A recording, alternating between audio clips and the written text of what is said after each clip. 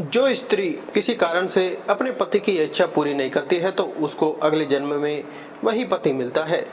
एक समय की बात है, एक राजकुमारी थी जिसका नाम सुनंदा था, जो पूरी तरह से चरित्रवान थी, जिसकी शादी एक चरित्रवान राजकुमार सत्यजीत के साथ हुई थी।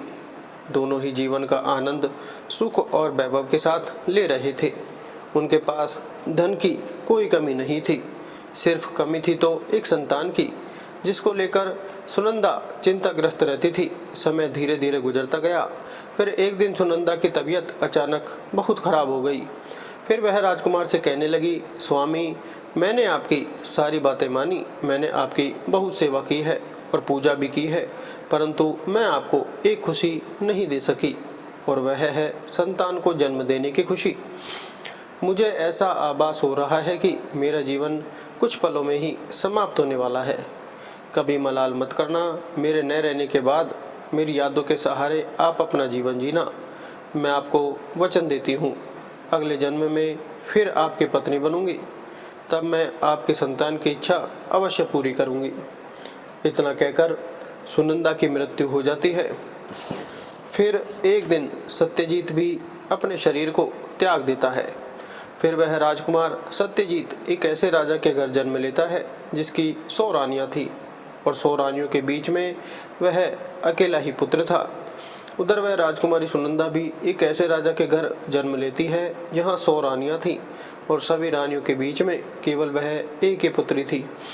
जिस राजा के पुत्र था, उस राजा के पास एक बहुत ही अक्लमंद और वफादार तोता था। राजा उस तोते से बहुत सारे मामलों में सलाह लिया करता था, और उसकी सलाह वह मानता भी था।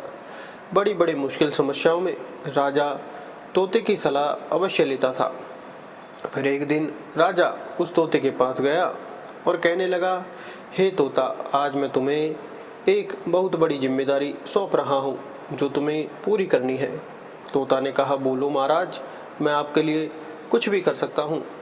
राजा ने कहा, हे तोता, तुम तो जानते हो कि मेरा एक ही बेटा है और मैं अपने बेटे के लिए कैसी बहू चाहता हूँ। वह तुमको अच्छी तरह से पता है। तुझे मेरे बेटे के लिए ढूंढकर वैसी ही बहू लानी है। राजा ने उस तोते को अपने मन की सारी बात बता दी कि वह बहू कैसी चाहता है। फिर राजा की बात को सुनकर वह तोता राजी हो गया और बोला, महाराज, आप जिस तरह की राजकुमारी चाहते हैं, आप एक पर्चा पर लिखकर मेरे पैर में वह पर्चा बांध दो और फिर आगे का काम आप मेरे ऊपर छोड़ दो। मैं वैसी ही राजकुमारी तलाश करके लाऊंगा जैसी राजकुमारी आप चाहते हैं। फिर तोते की बात सुनकर राजा ने एक पर्चे पर अपनी पसंदीदा राजकुमारी के बारे में लिख दिया कि वह कैसी राजकुमारी चाहता है, और उस पर्चे को तोते के पैर में बांध दिया। अब तोता एक पड़ोसी देश में जा पहुंचा जहां पर बहुत तेज बरसात हो रही थी, इसलिए उसने जंगल में आश्रय लिया। वहां उसको एक पुराना खोखला पेड़ मिला। उसने सोचा कि यह स्थान उसके आराम के लिए उपयुक्त रहेगा। जैसे ही तोते ने उस खोखले पेड़ में जाने के बारे में विचार किया तो वहां से एक आवाज आई, तुम अंदर नहीं जा सकते, अगर तुम अंदर गए तो तुम अंधे हो जाओगे। फिर तोता इस डरावनी बात को सुनकर खोखले पेड़ में नहीं गया और वहीं पर एक दूसरे पेड़ पर जाकर बैठ गया और बरसात थमने का इंतजार करने लगा। फिर बारिश बंद होने के बाद उसी जगह पर एक मैना आई और आकर के तोता के पास बैठ गई। फिर दोनों बहुत देर तक बातें करते रहे। इसी बीच तोता ने मैना को सारी बात बताई कि वह कहाँ जा रहा है। तोता की बात सुनकर मैना कहने लगी, आज की हमारी मुलाकात बहुत ही अच्छी रही। और फिर वह तोते से आगे कहती है कि आप अपने मालिक के प्रति जितने वफादार हैं, मैं भी अपने मालिक के प्रति उतनी ही वफादार हूँ। आप अपने राजा के बेटे के लिए ऐसी राजकुमारी की तलाश कर रहे हैं जिसके अंदर सभी गुण हो, तो मैं भी अपने राजा की बेटी यानी राजकुमारी के लिए ऐसे ही राजकुमार की तलाश में निकली हूँ जिसके अंदर सारे गुण हो। फिर वह तोता कहने लगा कि हमारे राजा का कहना है कि हम ऐसे घर की राजकुमारी लाएंगे जिस राजा की 100 रानियाँ होनी चाहिए, क्योंकि हमारे राजा के भी 100 रानियाँ हैं। मैना तोता से कहती है कि अब मैं आपकी बात समझ गई, क्योंकि आपके राजा के पास भी 100 रानियाँ हैं और हमारे राजा के पास भी 100 रानियाँ हैं। आपके राजा के पास केवल एक राजकुमार है और हमारे राजा के पास भी केवल एक ही राजकुमारी है। आपके राजा का राजकुमार भी सर्वगुण संपन्न है और हमारे राजा की राजकुमारी भी सर्वगुण संपन्न है।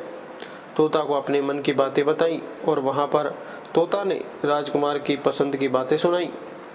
फिर तो वह तोता और मैना राजकुमारी के देश में आ गए, क्योंकि तोता मन में यह सोच रहा था कि मेरे मालिक का सपना पूरा हो जाएगा, उनकी इच्छा पूरी हो जाएगी। वह जैसी राजकुमारी चाहते हैं वैसी ही राजकुमारी आज मुझसे मिल गई। इस प्रकार जब तोता और मैना उड़ते हुए राजकुमारी के महल में पहुंचे तो महल के एक नौकर ने उनको देख लिया। तो उस नौकर ने राजा को जाकर बताया कि महाराज, आपने मैना को जिस कार्य के लिए भेजा है उसने आपके साथ बहुत बड़ा विश्वासघात किया है। वह राजकुमार की तलाश में कहीं पर नहीं गई, वह तो एक तोते के साथ घूम रही है। मैंने मैना को तोता के साथ घूमते हुए अपनी आंखों से देखा है और आपकी बात तो वह पूरी तरह से भूल गई है। आपकी आज्ञा का उसने उल्लंघन किया है। इस प्रकार राजा को क्रोध आ जाता है और वह तोता और मैना दोनों को मारने का हुक्म दे देता है। तोता और मैना को यह बात मालूम पड़ जाती है कि राजा हमें मरवाना चाहता है। तो फिर मैना तोता से कहती है, हमारी जान इस जगह पर खतरे में है, हमें जल्दी इस स्थान से दूर भाग जाना चाहिए। इससे पहले कि राजा हमें मार दे, हमें यहाँ से भाग जाना चाहिए। हमें जल्दी से इस स्थान को छोड़ देना चाहिए, वरना हम दोनों बिना बात के मारे जाएंगे, जैसा कि राजा ने तय किया है। इसके बाद तोता और मैना उस स्थान से उड़कर बहुत दूर चले गए। फिर जब राजा के सिपाही बहुत देर तक खोजते रहे परंतु वह दोनों नहीं मिले, फिर सैनिक वहां से वापस आ गए, क्योंकि उन्हें लगा कि तोता और मैना कहीं दूर भाग गए हैं। अब तोता और मैना ने कुछ दिनों तक इंतजार किया ताकि लोग उनकी बातों को भूल जाएं। फिर कुछ दिनों बाद तोता और मैना वापस महल में आए और आकर के तोता राजा के दाएं घुटने पर और मैना राजा के बाएं घुटने पर आकर के बैठ गए। फिर तोता और मैना ने राजा से पूछा, आप हमको क्यों मरवाना चाह रहे थे? हम तो आपके वफादार हैं, आपके महल के नौकर हमसे जलते हैं, इसलिए उन्होंने आपसे हमारी बुराई की है। हम दोनों तोता और मैना बड़ी शान वाले उन राजाओं के नौकर हैं जो अक्लमंद भी हैं और अमीर भी हैं। हमने आपके साथ में हमेशा वफादारी की है। तोता और मैना अपने मन की बातें बताते हैं और कहते हैं कि दोनों राजाओं के यहाँ पर 100 रानियाँ हैं, उनमें से एक के केवल एक बेटा है और दूसरे राजा के केवल एक बेटी है, जबकि वह राजा कभी भी एक दूसरे से नहीं मिले थे। एक राजा को एक ऐसी बहू चाहिए जो दूसरे राजा की बेटी जैसी हो और दूसरे राजा को एक वैसा ही दामाद चाहिए था जैसा कि दूसरे राजा का बेटा हो। हम महाराज आपके दोनों दरबारों के नौकर हैं। हम भगवान की कृपा से आपके राज्य के बाहर एक जंगल में मिले थे और अब हम आपके पास अच्छी खबर के साथ आए हैं।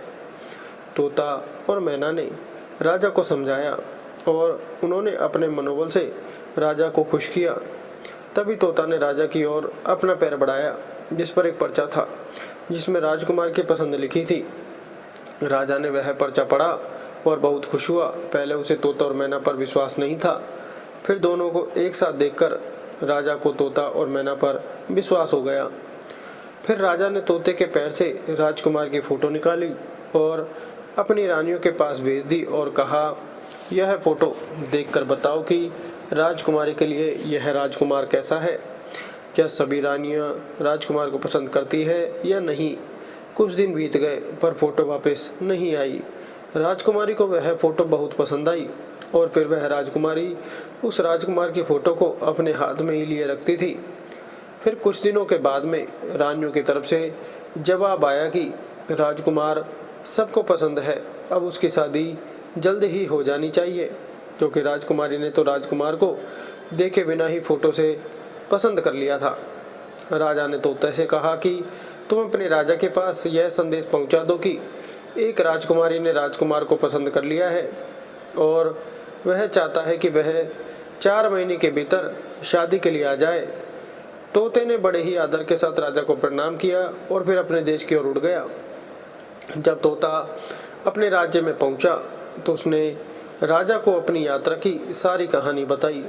राजा ने खुशी खुशी सारी बातें सुनी और मन ही मन सोचने लगा कि आज मेरा सपना पूरा हो गया है और उसने राजकुमारी को अपने बेटे के लिए पा लिया है। इसके बाद राजा ने तुरंत इस शानदार मौके को शानदार तरीके से मनाने के लिए आदेश दिया।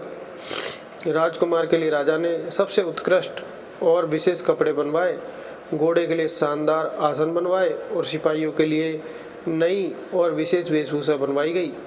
बहुत सारी तरह के बेटे जैसे अनमोल हीरे, जवाहरात, रेशमी कपड़े, मुश्किल से मिलने वाले फल, कीमती मसाले और बढ़िया किस्म के इत्र आदि इकट्ठा किए।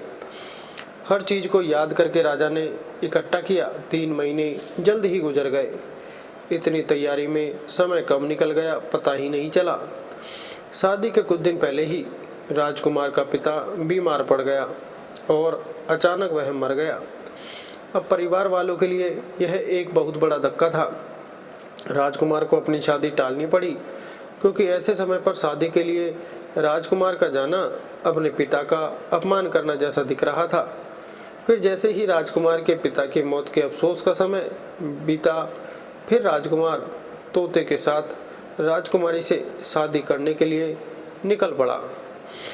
उधर राजकुमारी का राज्य कोई ज़्यादा दूर नहीं था, इसलिए राजकुमार तोते के साथ में बहुत ही जल्दी पहुंच गया और फिर राजकुमार ने अपना डेरा राजकुमारी के महल के पास वाले बगीचे में डाल दिया। और अगर राजकुमार उस बगीचे में न गया होता तो अच्छा होता, क्योंकि वहां उसका तोता मर गया। उस बगीचे के माली ने उस तोते को मार दिया क्योंकि वह तोता एक खजूर पर बैठकर खजूर को तोड़ रहा था और राजकुमार की तरफ उस खजूर को फेंक रहा था। यह बात माली को रास नहीं आई और उसने तोते को मार दिया। फिर कुछ देर बाद ही उसने सुना कि राजकुमारी के पिता ने अपनी बेटी की शादी उसके साथ करने से इनकार कर दिया क्योंकि उसका पिता मर गया था। अब बगीचे में डेरा डालने के कुछ दिन बाद ही राजकुमारी अपनी पालकी में बैठकर बाहर जा रही थी तो इत्तेफाक से वही रास्ता उसके सामने आया जिस रास्ते पर वह बगीचा था। उसने बगीचे पर नजर डाली तो वहां पर राजकुमार को देखा। फिर राजकुमारी उस राजकुमार को पहचान गई क्योंकि उसकी फोटो अभी भी उसके पास में थी। उसने उस समय तो कुछ नहीं कहा और अपनी पालकी ढोने वाले सैनिकों को वापस चलने के लिए कहा क्योंकि राजकुमारी को अपना प्रेमी मिल गया था।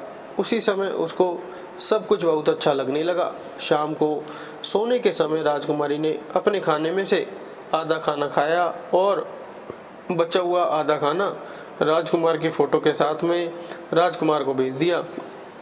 उसने अपनी नौकरानी से कहा कि वह राजकुमार से कहे कि वह इस खाने को खा ले और अगर वह न खाए तो उसमें अपनी उंगली घुसा दे। नौकरानी ने वैसा ही किया। राजकुमार ने खाना नहीं खाया तो नौकरानी ने उसको खाने के प्लेट में उंगली घुसाने के लिए कहा। राजकुमार ने सोचा कि राजकुमारी मुझसे प्यार करती है। ऐसा सोचकर उसने एक पत्र लिखा और खाने के प्लेट में उंगली घुसाकर उस पत्र को उसमें रख दिया और उस नौकरानी के द्वारा वापस भेज दिया। फिर जब राजकुमारी ने वह पत्र पढ़ा तो उसके मन में राजकुमार से मिलने की इच्छा उत्पन्न हुई। उसने रात को अपना घोड़ा तैयार करवाया और उस बगीचे की ओर चल पड़ी जहाँ पर राजकुमार ठहरा हुआ था। तभी राजकुमारी ने कहा, मैं तुमसे बहुत प्यार करती हूँ और इसलिए मैं चुपकर तुम्हारे पास आई हूँ। मेरे पिताजी मुझे तुमसे शादी करने की इजाज़त नहीं देंगे। चलो अपना घोड़ा तैयार करो और मुझे अपने साथ अपने राज्य में ले चलो जहाँ हमारा कोई कुछ नहीं बिगाड़ सकता। तब राजकुमार और राजकुमारी दोनों ही घोड़े पर सवार होकर के राज्य से बाहर की तरफ चल दिए और वह एक ऐसे स्थान पर जा पहुँचे जहाँ पर उनकी जान बहुत बड़े खतरे में पड़ गई। वह जिस नगर में पहुँचे उस जगह पर एक जादूगरनी रहती थी। उसकी भी एक बेटी थी। जैसे ही उसकी बेटी ने राजकुमार को देखा तो जादूगरनी की बेटी उस राजकुमार से प्रेम कर बैठी और उससे शादी करने की सोच ली। अब वह जादूगरनी मन में सोचने लगी कि शादी राजकुमार के साथ कैसे होगी। फिर उसने एक तरकीब सोची। फिर वह जादूगरनी की लड़की अपने मन में विचार करने लगी, आखिरकार मेरी शादी इस राजकुमार के साथ में कैसे होगी। फिर उसने एक तरकीब सोची और अपनी माँ जादूगरनी से राजकुमार और राजकुमारी को अपने घर खाने के लिए बुलाने को कहा और फिर अपनी बेटी की बात को मानकर उस जादूगरनी ने राजकुमार और राजकुमारी को अपने घर खाने के लिए बुलाया। जब राजकुमार और राजकुमारी उस जादूगरनी के घर पर खाना खाने गए तो जादूगरनी ने राजकुमार को एक कमरे में बुलाया और उसके गले में एक रस्सी का फंदा डाल दिया। जब फंदा डाला गया तो वह राजकुमार, जो पहले एक इंसान था, एक भैंसे के रूप में बदल गया। फिर दूसरे दरवाजे से जादूगरनी ने उस भैंसे को घर से बाहर ले जाकर एक सुरक्षित स्थान पर बांध दिया। अब राजकुमारी खाना खाने के बाद अपने राजकुमार को खोजने लगी, लेकिन वह तो भैंसा बन चुका था। उसे कैसे ढूंढती? पूरे दिन वह भैंसा जादूगरनी की बेटी के पीछे घूमता रहता था। जादूगरनी की बेटी जहाँ भी जाती तो वह भैंसा उसके पीछे जाता। जादूगरनी की बेटी रात को भैंसे के गले से वह रस्सी का फंदा निकाल देती थी, जिससे वह राजकुमार बन जाता था और भैंसे का रूप खत्म हो जाता था। और जैसे ही सुबह होती तो वैसे ही वह रस्सी का फंदा फिर राजकुमार के गले में डालकर उसे भैंसा बना देती थी। उधर राजकुमारी को राजकुमार से बिना मिले कई दिन बीत गए। राजकुमारी पागलों की तरह अपने राजकुमार को ढूंढ रही थी। वह बहुत ही दुखी थी। उसको पता नहीं था कि अब वह करे तो क्या करे। आखिरकार राजकुमार उसको छोड़कर कहाँ चला गया।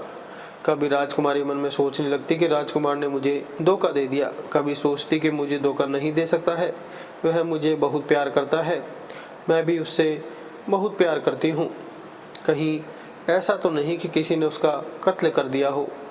फिर उस राजकुमारी ने एक आदमी का रूप धारण किया और उस नगर के राजा के पास गई और उससे अपने मन की बात कही। उधर राजा राजकुमारी की शक्ल सूरत और बोलने के ढंग से बहुत प्रभावित हुआ। फिर राजा ने अपने दरबार में उस राजकुमारी को कोतवाल के पद पर नियुक्त कर दिया। फिर जब वह राजकुमारी कोतवाल बन जाती है, क्योंकि कोतवाल का आना जाना बहुत सारे घरों में होता है, इसलिए उसे सारे घरों के अंदर बाहर के रहस्य मालूम होते हैं। इस प्रकार वह राजकुमारी कोतवाल बनकर राजा के यहाँ काम करने लगती है। समय धीरे धीरे बीतता गया। कई साल बीत गए। फिर एक दिन राजा की मृत्यु हो जाती है। उधर सभी नगरवासी कोतवाल को राजा बना देते हैं, क्योंकि उस कोतवाल रूपी राजकुमारी का व्यवहार जनता के प्रति बहुत ही अच्छा था। फिर एक दिन उस नगर में एक व्यक्ति एक भैंसा बेचने के लिए उस राजा रूपी राजकुमार के पास आया। तो राजा रूपी राजकुमारी ने उस व्यक्ति का भैंसा खरीद लिया। वह भैंसा बहुत ही काम का था। वह किसी भी खोई हुई चीज को सूंघ कर बता देता था। एक दिन अचानक वह भैंसा कहीं गुम हो गया। फिर राजा ने उस नगर में सूचना भिजवा दी कि इस नगर में जितने भी भैंसे हो सबको यहाँ पर इकट्ठा किया जाए। अब सभी नगर के भैंसे राजा के सामने एकत्रित हुए, मगर उस जादूगरनी ने अपना भैंसा, जो कि एक राजकुमार था, उसे राजा के दरबार में नहीं भेजा। फिर जब सैनिकों ने राजा रूपी राजकुमारी को जादूगरनी के द्वारा अपना भैंसा नहीं भेजने की बात बताई तो राजा रूपी राजकुमारी एकदम से भड़क गई और उसने जादूगरनी सहित उस भैंसे को जबरदस्ती बुलवाया। उधर जैसे ही सैनिकों ने उस भैंसे के गले में पड़ी हुई रस्सी को जोर से खींचा तो वैसे ही वह रस्सी उस भैंसे की गर्दन से निकल गई और रस्सी गर्दन से निकलते ही वह भैंसा एक राजकुमार के रूप में परिवर्तित हो गया। सैनिकों ने तुरंत उस राजकुमार को और जादूगरनी को और उसकी बेटी को राजा रूपी राजकुमारी के सामने उपस्थित किया। तब राजकुमारी ने सभी नगर वासियों से कहा कि उसे अपने राजकुमार से मिलने के लिए एक आदमी के रूप में रहना पड़ा। मैं एक औरत हूँ, इसलिए आज से आप सभी हमारे राजकुमार को अपना राजा और मुझे अपनी रानी स्वीकार करो। नगरवासी खुश होकर राजकुमारी को रानी और राजकुमार को अपना राजा बनाने में सहमत हो गए। अब उस राजकुमार को राजा बनने का मौका मिला और उस राजकुमारी को रानी बनने का सौभाग्य प्राप्त हुआ, जबकि उस जादूगरनी बुढ़िया को सूली पर चढ़ा दिया गया और उसकी बेटी को हमेशा के लिए कैद में डाल दिया गया, क्योंकि वो जो जादूगरनी की बेटी थी उसने पूर्व जन्म में अपने पति को झूठा दोष लगाकर एक राजा की कैद में डलवा दिया था। इसलिए उस जादूगरनी की बेटी को भी राजा के दंड का सामना करना पड़ा। फिर वह राजा और रानी बनकर के एक दिन घूमने के लिए जाते हैं और जब जंगल से होकर गुजरते हैं तो वह एक पेड़ के पास में आराम करने लगते हैं। वह पेड़ वर्षों पुराना था। उस पर राजकुमार और राजकुमारी ने अपने पूर्व जन्म में एक प्रेम चिन्ह बनाया था जो पूरी तरह से सुरक्षित था। फिर तो उस राजकुमार और राजकुमारी की नज़र जैसे ही उस प्रेम चिन्ह पर पड़ती है तो एकदम से दोनों को अपने पुराने जीवन की सारी गाथा याद आ जाती है। पुराने जन्म की सारी बातें याद आ जाती हैं और उनके जीवन में एक खुशी की लहर दौड़ जाती है। फिर वह राजकुमारी बोली, अब मुझे सब समझ में आ गया। मैं आपसे बहुत प्यार करती थी, आप भी मुझसे बहुत प्यार करते थे। मैंने आपकी बहुत सेवा की थी। केवल मेरे मन में एक ख्वाब था कि मैं आपकी खुशी के लिए एक संतान को जन्म नहीं दे सकी, लेकिन इस जन्म में मैं फिर हम दोनों मिले हैं और पति पत्नी के रूप में मिले हैं, क्योंकि यह हमारा सच्चा प्यार था। इसलिए हम दोनों एक होकर मिले और मुझे पूरा यकीन है कि इस जन्म में भगवान हमारी मनोकामना सुनेंगे और आपको संतान का सुख अवश्य मिलेगा। फिर वह राजकुमारी गर्भ धारण करती है और समय आने पर एक सुंदर संतान को जन्म देती है। इस प्रकार एक पत्नी अगले जन्म में आकर अपने पति को भी पाती है और पति की खुशी के लिए एक पुत्र को भी जन्म देती है। वीडियो अच्छी लगी तो वीडियो को लाइक करें, चैनल को सब्सक्राइब जरूर करें। धन्यवाद।